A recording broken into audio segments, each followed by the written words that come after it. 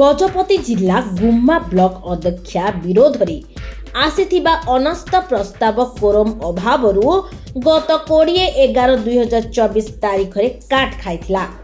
एहापरे आज गुम्मा ब्लॉक अध्यक्षा श्रीमती सुनेमी मंडल lux news को एक स्वतंत्र साक्षात्कार रे कौन कहिसंती आसंतु देखिबा। मो श्रीमती सुनेमी मंडल गुम्मा पंचायत समिति अध्यक्षा मो आज जो अनास्था प्रस्ताव समय निर्धारण होइथिला ताहा धर्मर जय होइछे। एणु गुम्मा पंचायत समिति 20 गोटी पंचायत सरपंच और समिति सपक्षवादी और विपक्षवादी बंधु मानकु धन्यवाद।